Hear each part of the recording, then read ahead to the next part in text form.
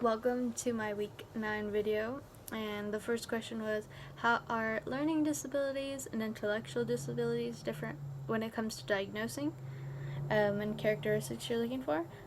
And in intellectual disability, you're really looking at the IQ and making sure that it is a score of 75 or below to actually be considered an intellectual disability. And then from there, seeing what range to see the severity of the intellectual disability, and making sure with the characteristics you'll see infant-like behavior.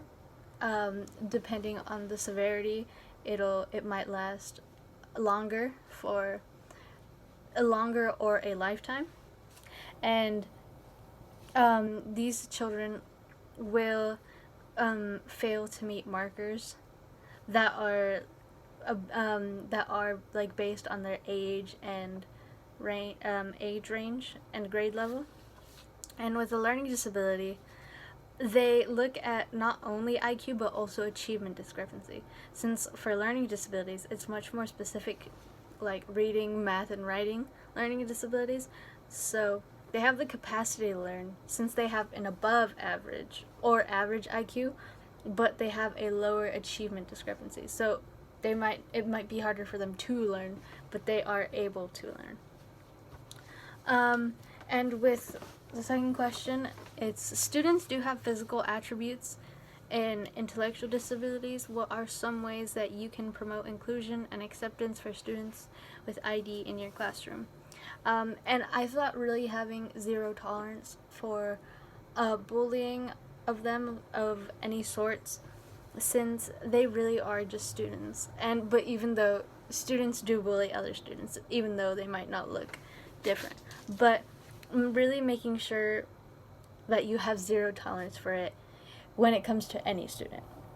But also maybe with the zero tolerance, they might not really know the proper way to speak to them, and it might seem like it since they might not use person first language, but it might seem like they're just trying to be rude. But really educating your students about person's first language and ways to speak and ways to actually interact with the students, and making sure that you emphasize that they are just like them. They are humans and they are people and they are children.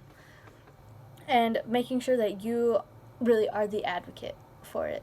And making sure that you're like the role model and promoting well behavior, the right kind of speech, so that your students can see you as the model and they can, from you, do the same.